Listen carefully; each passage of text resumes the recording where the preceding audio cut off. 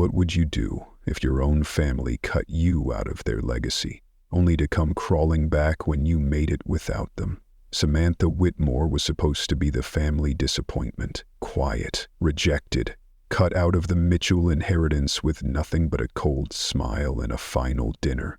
But while her parents and brother looked the other way, Samantha built an empire in silence, a tech company valued at over $100 million. 0 cents. And when the truth came out, so did all the buried resentment, twisted loyalties, and attempts to rewrite history. They tried to reclaim her, not out of love, but out of entitlement. But Samantha had learned something powerful. You don't need a family name to have a legacy.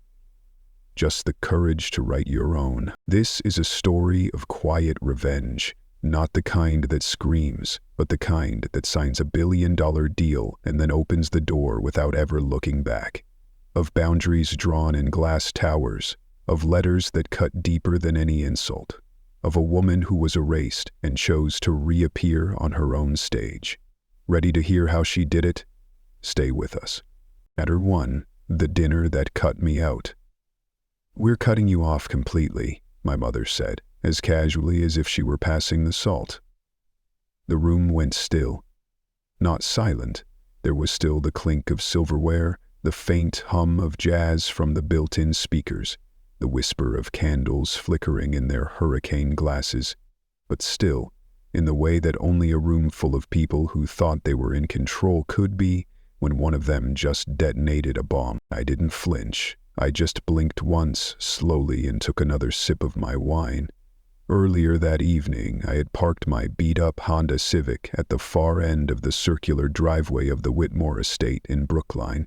Behind me, Daniel's Porsche Cayenne, waxed to a mirror finish, and Grace's leased Range Rover in cream white, complete with monogrammed plate frames. The house hadn't changed, a sprawling, Georgian revival, all white columns and symmetry and cold practice. Neither had the people in it. Margot, the housekeeper who'd been with us for over 20 years, opened the door before I knocked. "Miss Samantha," she beamed, genuine warmth in her voice. "So good to see you." "You too, Margot." I handed her the bottle of Cabernet I'd brought. Modest by Whitmore standards, but thoughtfully selected. She leaned in slightly. "They're already in the solarium. Mr. Daniel's talking about his promotion again." "Of course he is," I muttered, and smoothed my dress, a simple black piece from Banana Republic. Understated, respectful, deliberately unremarkable. I wasn't here to start a war, I just wanted to survive the annual Whitmore dinner. The solarium was gleaming, glass ceilings, pristine white furniture, and a chandelier that looked like it had been imported from Vienna. Inside were the usual suspects: my father, Richard, glass of Macallan in hand, voice booming like he owned the Federal Reserve; my mother, Evelyn, adjusting canapes like a neurosurgeon fine-tuning an operation; Daniel, in a navy suit and power stance; and Grace, dressed like an aspirational first lady, pink sheath dress hugging her ambitions tightly. "Ah, there she is," my mother said, with the exact same tone one might use to announce the arrival of a late caterer. "Traffic from Cambridge again?" I smiled politely. "Holiday weekend. You should consider moving back to Back Bay. It's more convenient for the family." I bit back a reply and kissed her cheek. My father stepped forward with mock joviality.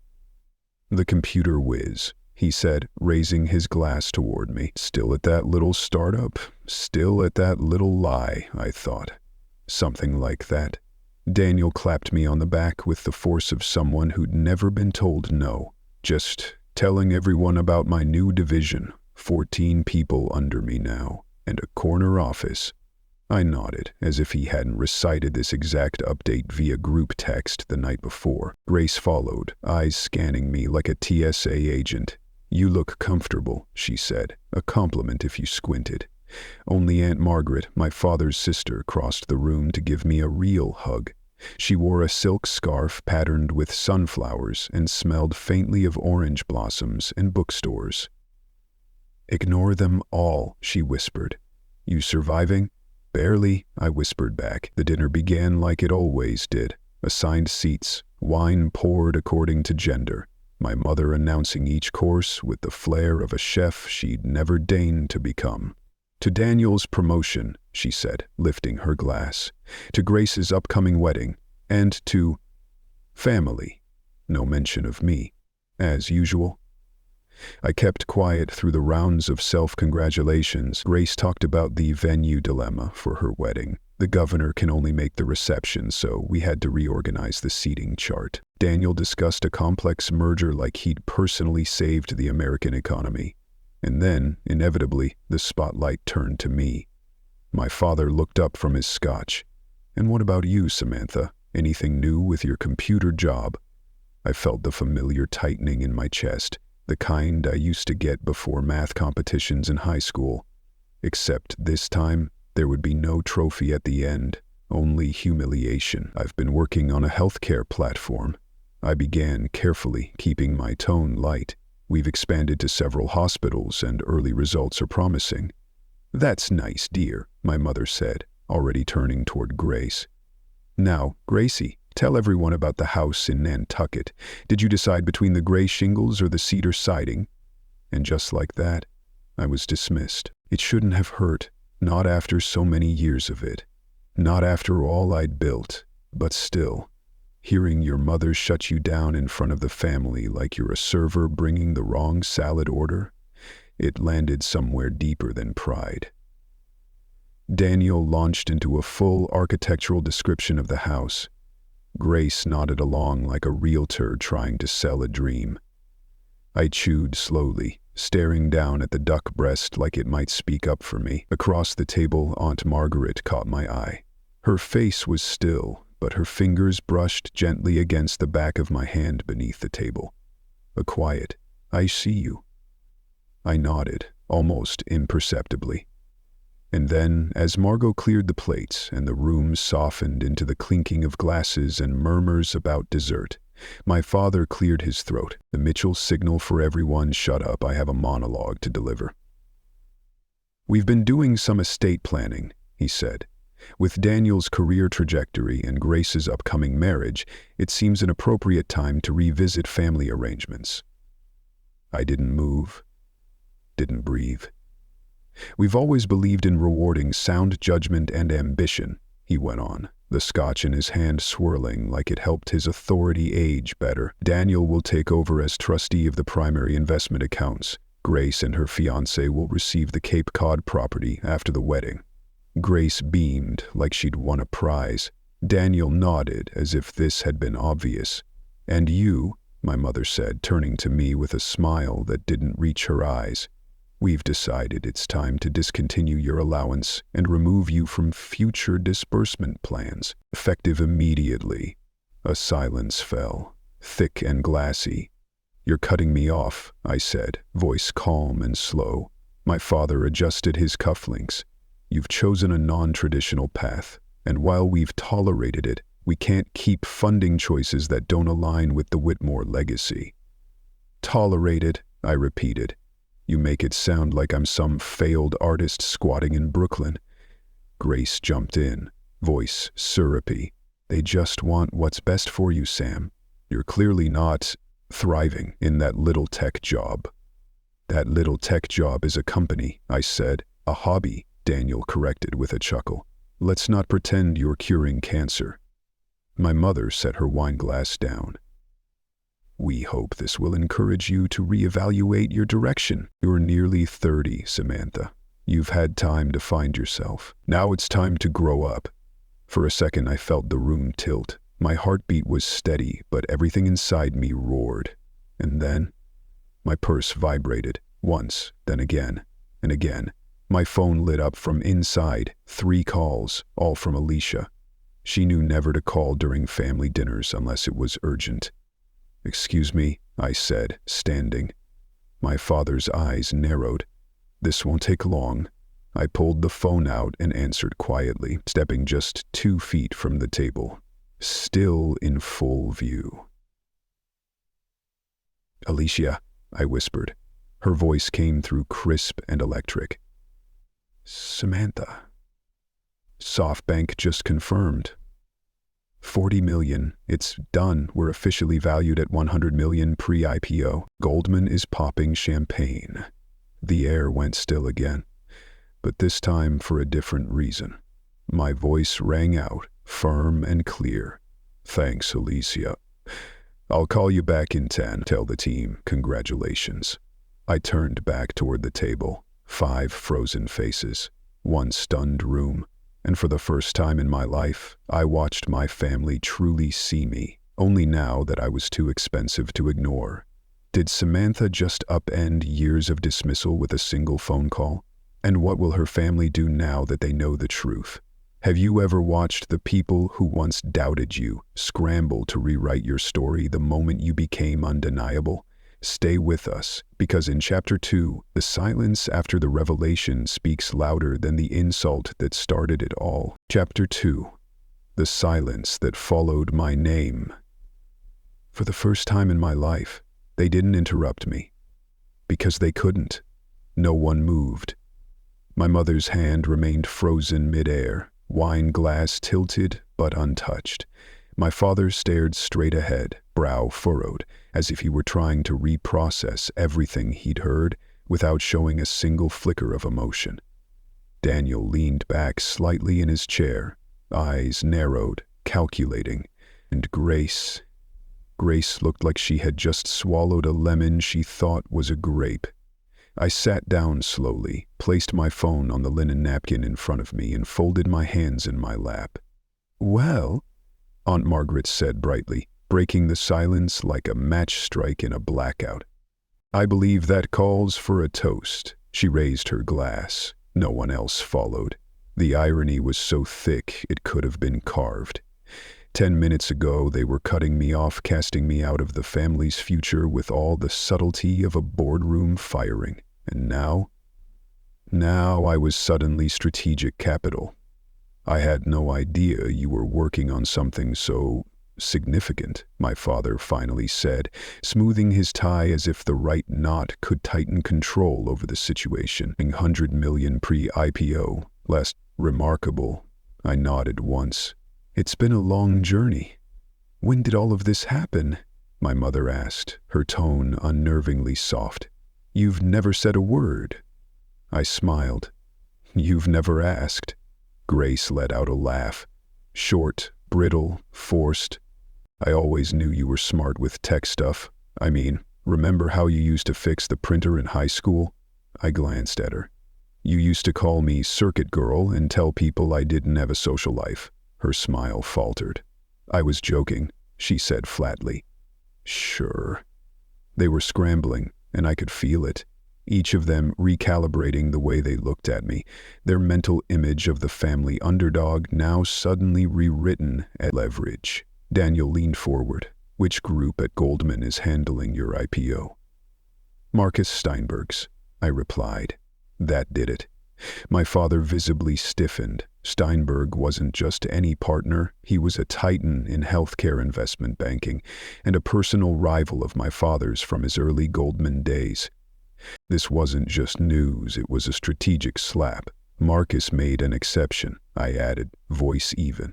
"He believes in what we're building." More silence, then my mother trying again. "Darling, this is truly wonderful. We should celebrate properly. I'll call the club tomorrow. Perhaps a private dinner, just family, of course." "That won't be necessary, but it's a major milestone for the family," she said, smile tense. "For the family?" I repeated. Her expression tightened. "You're still a Whitmore." "And yet, 10 minutes ago, being a Whitmore meant I didn't qualify for a seat at this table, financially or otherwise." My father cleared his throat. "Clearly, things have changed." "They haven't," I said. "What changed wasn't me, it was your perception." He frowned. "That's not fair." "It's entirely fair," I said calmly. "You never asked what I was building, you never cared until it had a valuation." Grace's eyes flicked toward her phone, probably imagining campaign donations and influencer headlines. Across from me, Aunt Margaret leaned back in her chair, swirling the wine in her glass. eyes shining with restrained delight. She didn't say a word. She didn't have to. My father shifted in his seat, the kind of movement that masked discomfort behind the pretense of posture.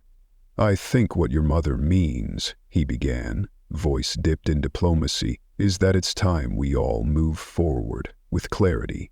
Now that we understand the scope of what you're doing, we can strategize together. We'd be happy to revisit the idea of supporting your venture." I tilted my head. "Supporting it how?" "Family capital," he said. "Pre-I positions, perhaps even a seat on the board. We can help you scale efficiently, target hospital networks beyond New England. You'd benefit from our network," Daniel chimed in, nodding. "A Whitmore presence could lend credibility. Public markets respect legacy." I let out a quiet breath through my nose. Not laughter, not anger, just air forced out under the weight of absurdity. "I appreciate the enthusiasm," I said slowly, "but we're fully capitalized. Secure health doesn't require outside investment at this stage, especially not from family." Grace blinked. "Why not? It's a win-win." "Because you didn't believe in it when it was risky," I replied, keeping my voice even. "And I won't let anyone buy into it now that it's safe." That landed hard. Daniel's jaw twitched. My mother reached across the table and placed her hand over mine. "Honey," she said, "we want to be part of your success." "No," I said, gently pulling my hand back. "You want to own a piece of it." My mother's lips tightened.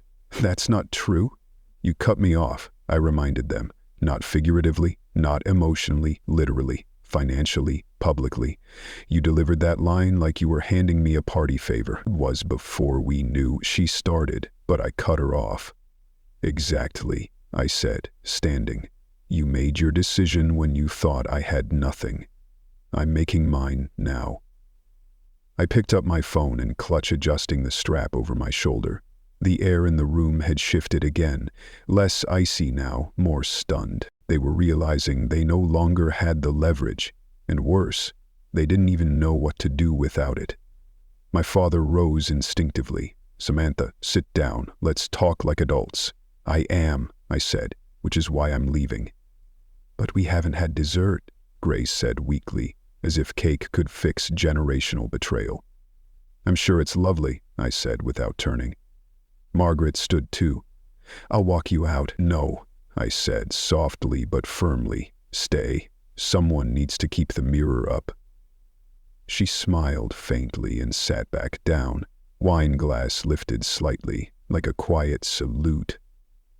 I walked through the solarium, heels clicking against the marble, head high. No more shrinking to fit the room. No more folding in on myself so they wouldn't feel uncomfortable with the size of my ambition.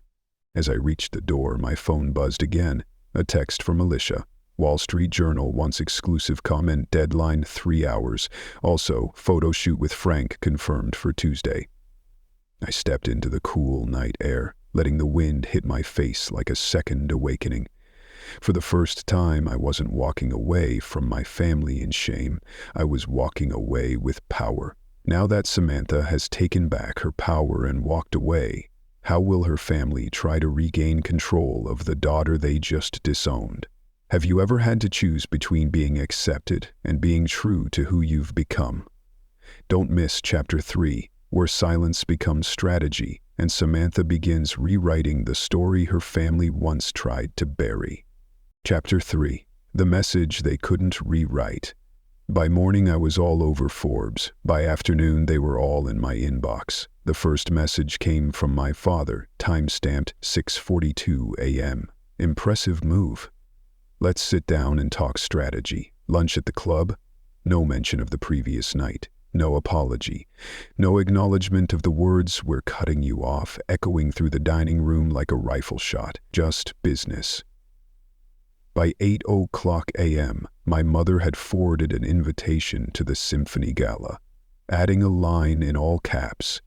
"We'd love to introduce you as our daughter, the founder of Secure Health." Grace's text followed, written like a campaign memo. Brian was blown away.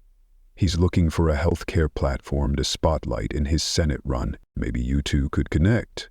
And then, in a postscript, as if casually tossed in, also, can I introduce you to my friend Thomas?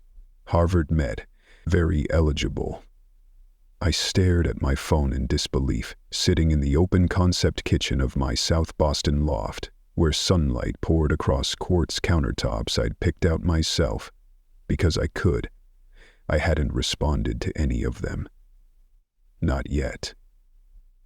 Alicia walked in, balancing 2 lattes and a bag of warm croissants. You look like you're trying to mentally delete your bloodline. I took the coffee gratefully. They all reached out before 9 a.m. She raised a brow.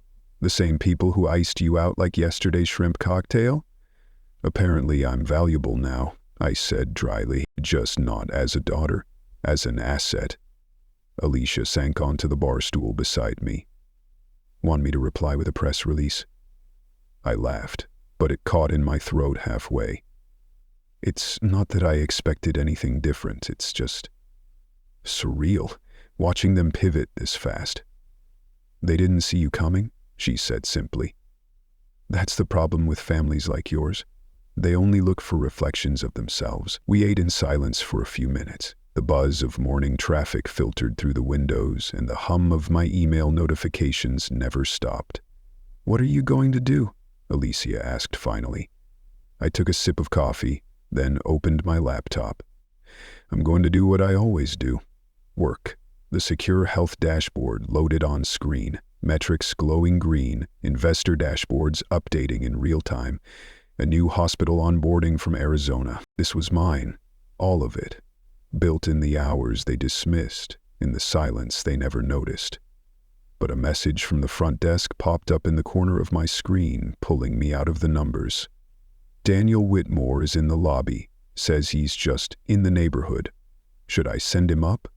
I stared at the front desk message for a beat longer than necessary, then typed back, Tell him I'll be ready in 5, conference room B. Alicia looked up from her screen. You sure you want to take that meeting? I'm not taking a meeting, I replied. I'm drawing a line. I walked into the conference room, sleek and glass-walled, overlooking Kendall Square with its view of biotech firms and ambition. I didn't sit. I didn't need to. The room was mine. When Daniel entered, he gave a low whistle. Nice setup, he said, gesturing to the skyline, very tech startup chic. Why are you here, Daniel? I asked evenly. He gave me the same smile he'd used for years, the one that came with backhanded praise and subtle digs. Can't a big brother stop by to congratulate his sister? You've never done that before. He shoved his hands in his pockets. Okay, fine. Look, last night, got out of hand. That cutting you off business, not cool. Dad didn't mean it the way it came out. He meant it exactly the way it came out, I said, voice calm, and you stood by without a word. Daniel shifted. We were just caught off guard. We didn't know how far you'd come. That's the point, Daniel. You didn't ask. He opened his mouth to respond, then closed it. For the first time, he looked genuinely uncomfortable. He tried another angle. I read the journal piece. Marcus Steinberg's backing you? That's huge. I figured maybe there's room for a Whitmore connection here, something mutually beneficial. There it was. Stop, I said sharply. If you're here to pitch an investment or partnership, the answer is no. He frowned. You'd really turn down family support? You didn't support me when it mattered, I replied. Now that it's safe, you want in. That's not support, Daniel. That's opportunism. He bristled. You're being unfair. No, I said. I'm being precise. Daniel walked to the window, exhaling slowly. Look, Dad feels awful. He's been talking about how to make it right. Does he regret what he said? I asked. Or does he regret that it backfired publicly? Daniel didn't answer. I stepped closer.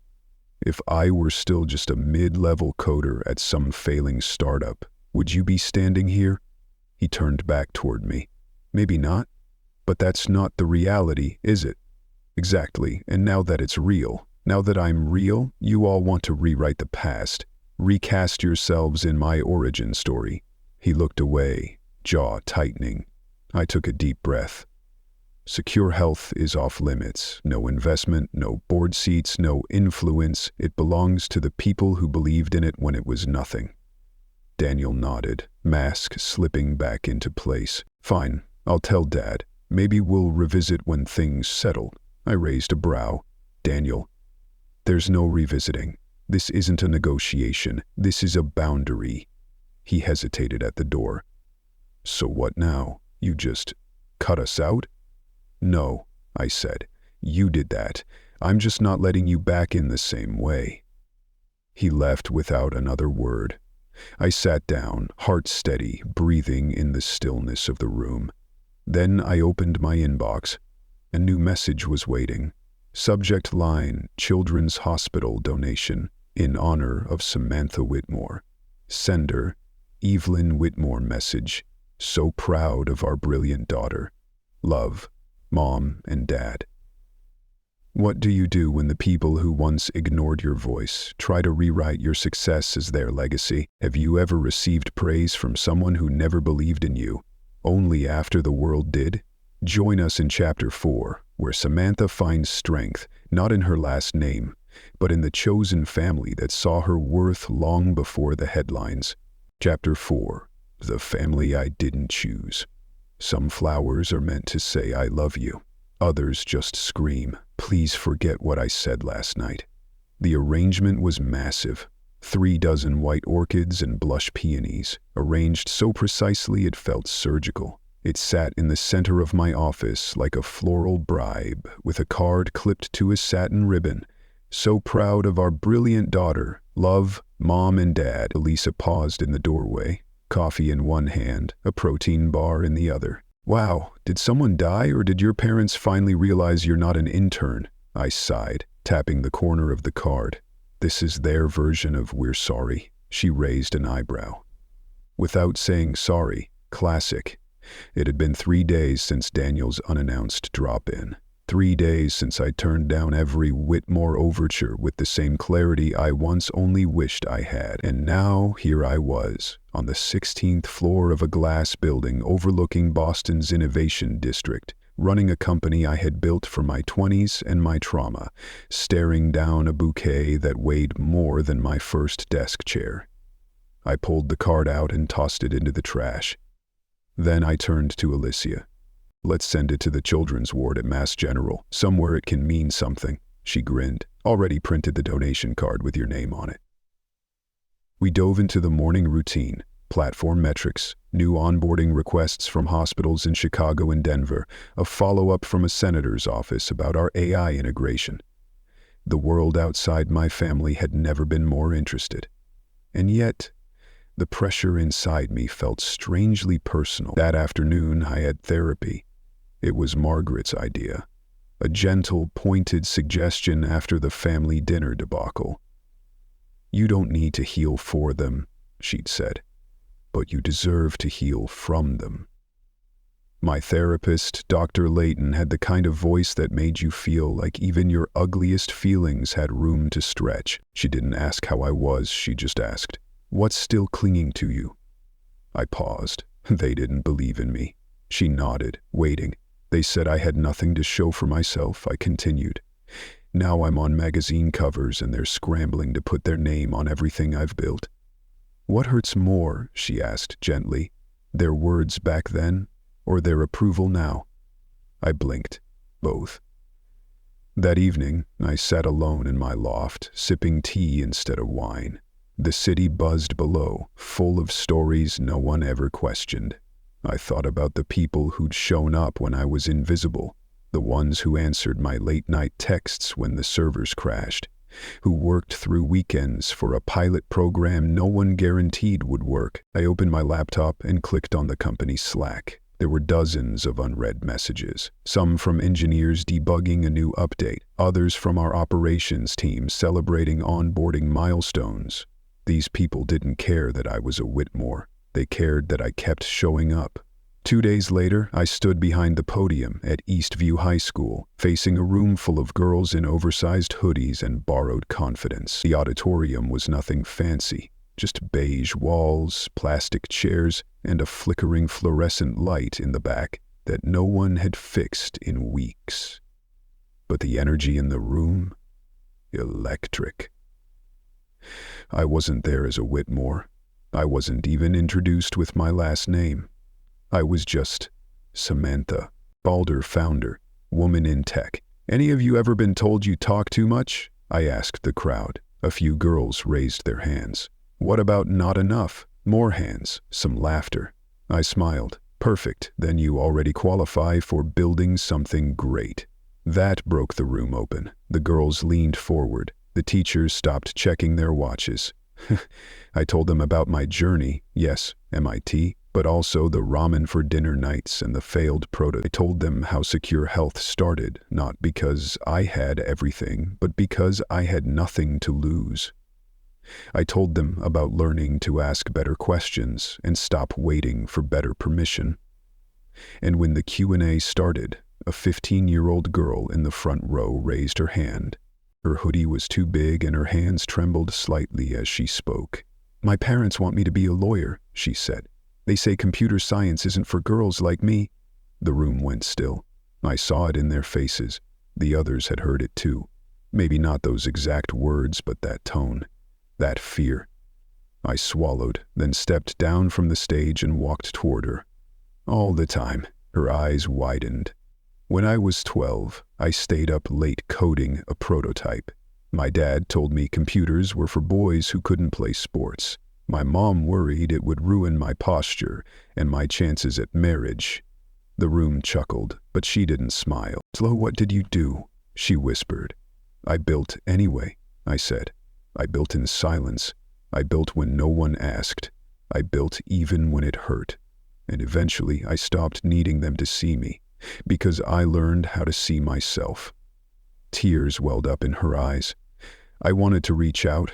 Instead, I just asked, "What do you want?" She didn't answer, but her silence said everything. Later, as I walked through the parking lot, Alicia pulled up in her car. "You crushed it," she said, leaning out the window. "Teenage girls don't do standing ovations."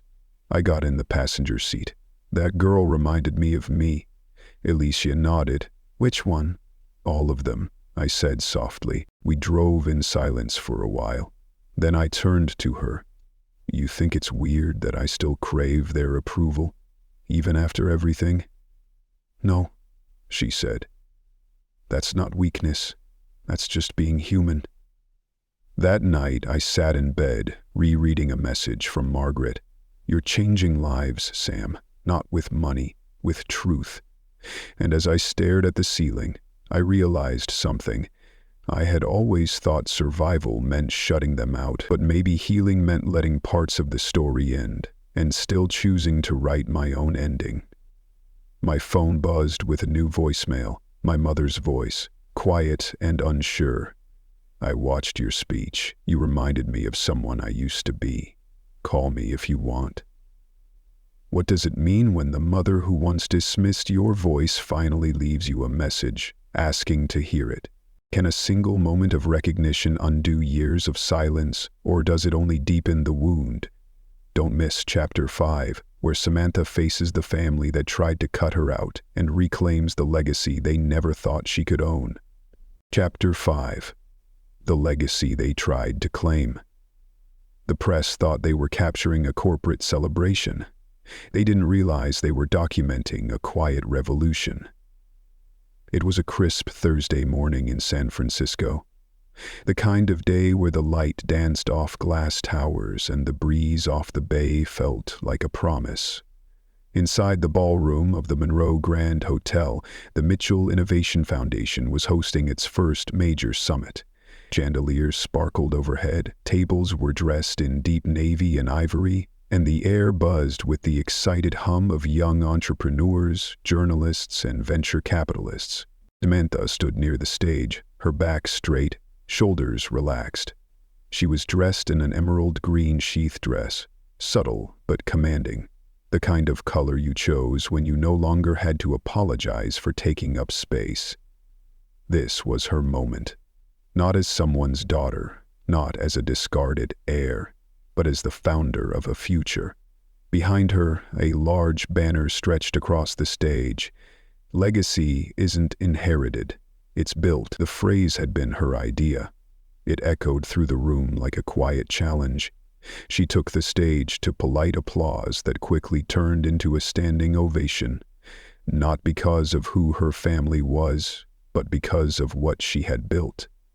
The Mitchell Innovation Foundation, with its seed fund, mentorship network, and grant program for underrepresented founders, had already made headlines. Today it was launching a national initiative. Samantha adjusted the mic. Her eyes scanned the audience until they found Margaret, her aunt, seated near the front, eyes glistening with pride. Samantha gave a small, grateful nod before turning to face the room fully. "When I was 23, she began, someone told me that success isn't about proving people wrong, it's about proving yourself right. I didn't believe them then, I do now." She let the words breathe. This foundation wasn't born from bitterness. It was born from a hunger to create what I never had, a place where your worth isn't determined by your last name, your resume, or your family tree.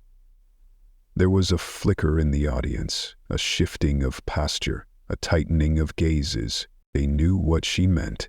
She didn't have to name names. As her speech continued, Samantha outlined a new partnership with several angel networks and a tech accelerator in Oakland. She presented real numbers, real results.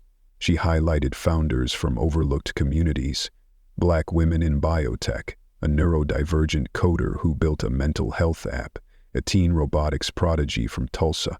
And then, unexpectedly, her voice caught. "I used to think being cut off from my family meant I lost everything. But I didn't. I gained clarity, I gained purpose, and most importantly, I gained people. People who showed up when the cameras weren't rolling." A beat of silence hung in the air. The applause that followed was not loud. It was deep. It came from the chest. Later, as the summit broke into networking panels and press interviews, Samantha retreated to a quieter corner of the room. She needed a second to breathe, to process, and that's when she saw them.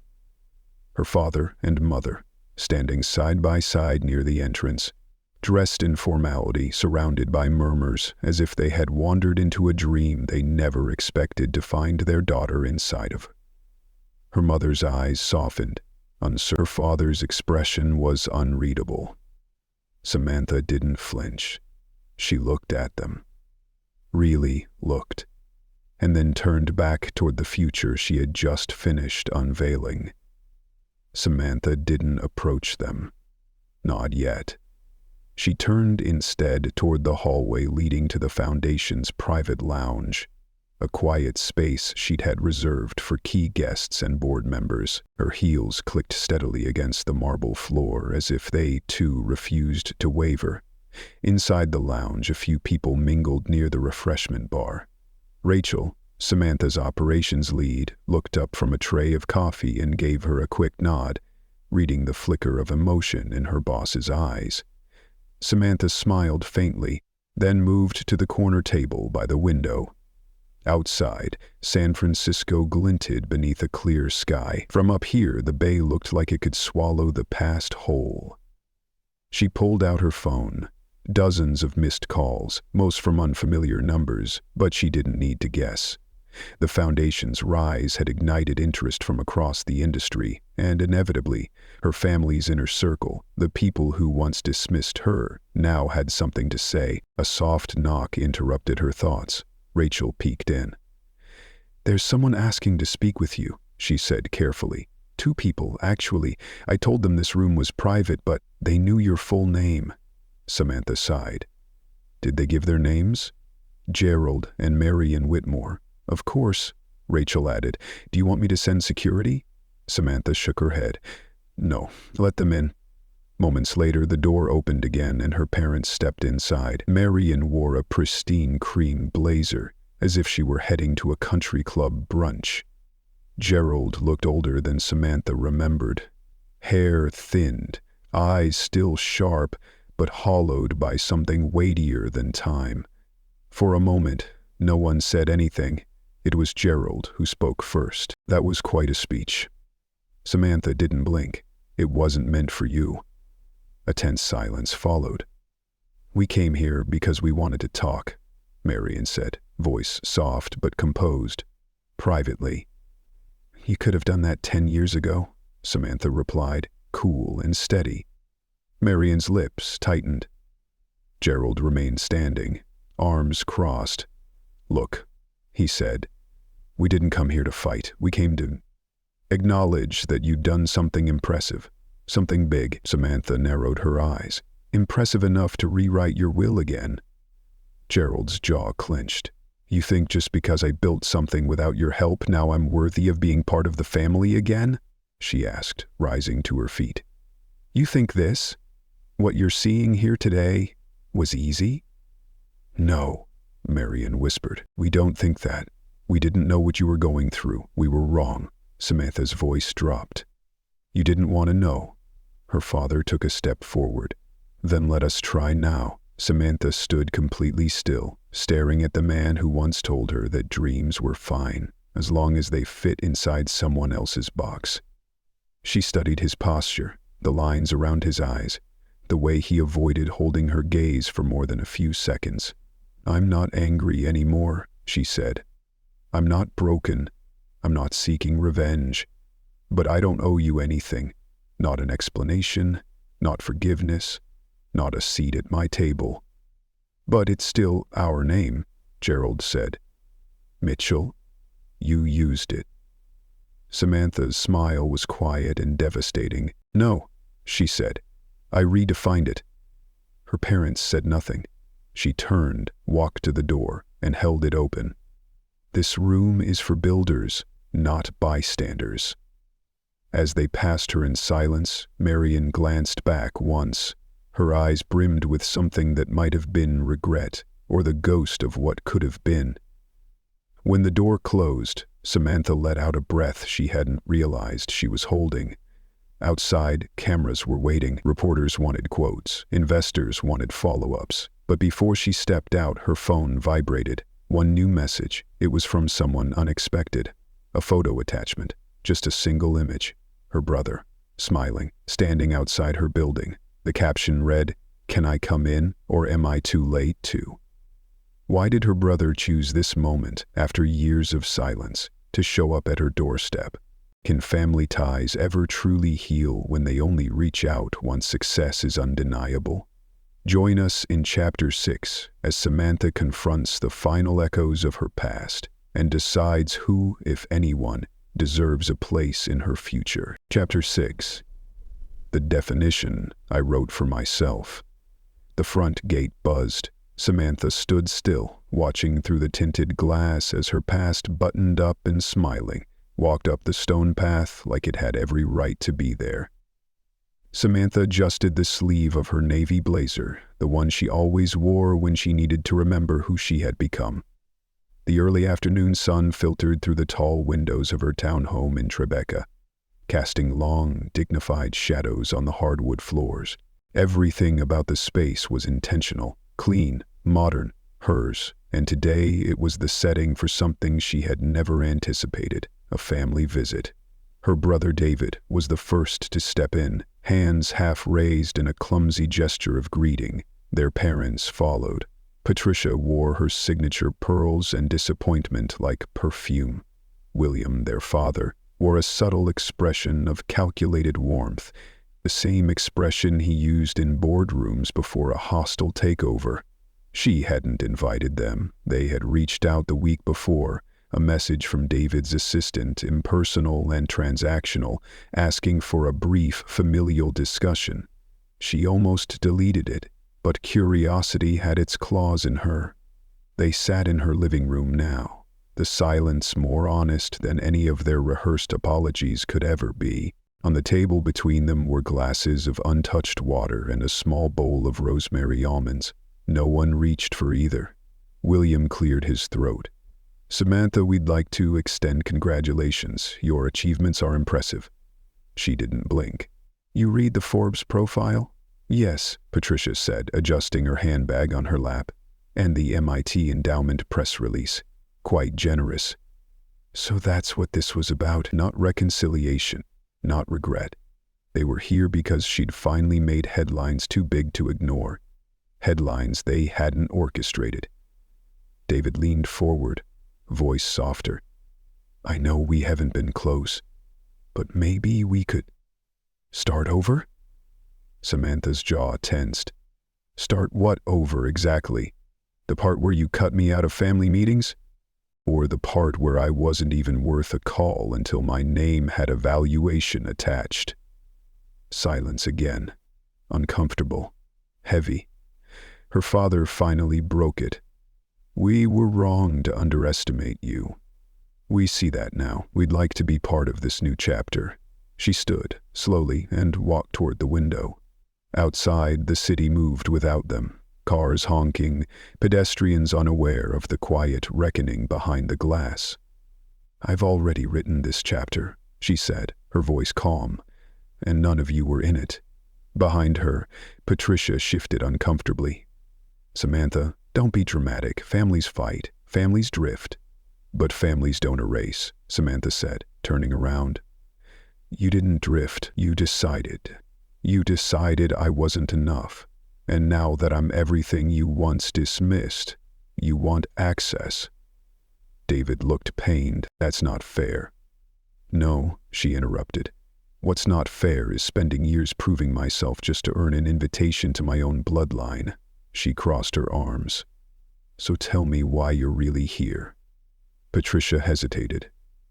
We were hoping you'd consider a collaborative initiative with the foundation, the Mitchell Legacy Fund. Samantha's laugh was low and sharp. The same fund that didn't even acknowledge me in its mission statement last year. It was an oversight, William said. No, she said, walking back to her seat. It was a message. Just then, her phone buzzed. A new email from Margaret, her aunt. Subject line, let me help you finish what you started. Samantha looked up at them, expression unreadable. Samantha's fingers hovered over the screen for just a second before she opened Margaret's email. They don't get to write your legacy, Sam. You do. If you're ready, I'd like to help you launch the foundation the right way, on your terms, under your name, not the family's. She looked up, letting her eyes scan the three faces seated before her. They looked smaller now, less like the people who once controlled her fate, more like guests waiting for permission to stay. Margaret's helping me start something new, she said, carefully choosing each word. A fund that supports young women in tech who were told, just like I was, that they weren't the family brand. David shifted forward again. So you're really cutting us out? She tilted her head. I'm just returning the favor. Her mother's eyes widened slightly, then narrowed. You'll regret turning your back on your family. Samantha stood calm and composed. I regret ever thinking I had to earn my place in it. She reached for a white envelope on the console table, something she'd written days before, knowing this moment might come. She handed it to William. It's a formal statement, she said. Effective immediately, I renounce any financial affiliation with the Mitchell Legacy Fund. Furthermore, I ask that my name be removed from all future marketing, gala invitations, and press materials. I have my own legacy to build, and I prefer it be unfiltered. Her father scanned the page. His jaw clenched, but he said nothing. Patricia turned toward the window, suddenly interested in the skyline she'd probably never bothered to look at before. David didn't read the letter. He just asked, quietly, does this mean you're done with all of us? Samantha exhaled slowly. Not all of you. She walked to the door and opened it. You're welcome to leave now. It wasn't said with malice. It was release. Her parents rose first, stiffly. They said nothing more, but David lingered. As he passed her, he paused, then reached into his coat and handed her something, a folded note. I found this in Mom's study. From Margaret. Thought you should have it. Samantha took it, silently. And then, without another word, David walked out, leaving behind only the echo of choices made too late. Alone again, she sat on the couch. The city beyond the glass hadn't changed. But inside, something fundamental had. She opened Margaret's note. They erased you from the legacy, but they can't erase the woman you've become. Make sure the world knows your name, and what it means. Tears welled in her eyes, not from sadness, but from relief, from clarity.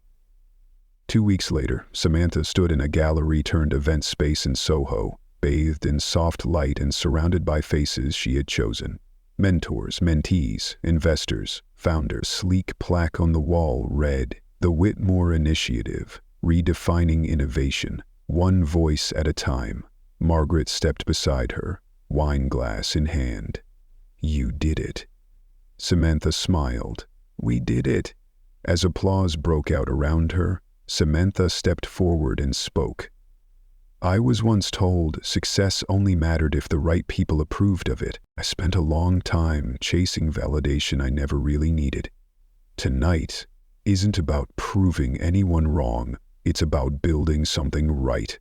The crowd erupted again, and in that moment Samantha felt something anchor inside her, not just freedom but peace. But just as she reached for her glass, her phone buzzed again. Unknown number. One message. "I know who you really are. The story isn't over yet." Her smile faltered, just slightly, as she stared at the screen. Thank you for joining us on this journey through Samantha Whitmore's story. A tale of quiet strength, self-worth, and what it truly means to rise when no one believes in you. If you've ever felt overlooked, underestimated, or told you didn't belong, we hope Samantha's path reminded you that your value isn't determined by anyone else's value. Sometimes, the most powerful revenge is simply becoming everything they said you couldn't be, and choosing to walk away with grace.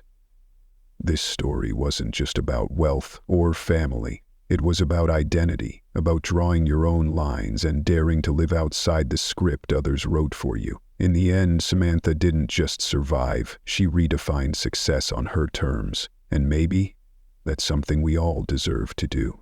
To everyone listening, thank you for your time, your heart, and your presence. Every like, comment, and share helps us bring more of these stories to life, and helps others know they're not alone.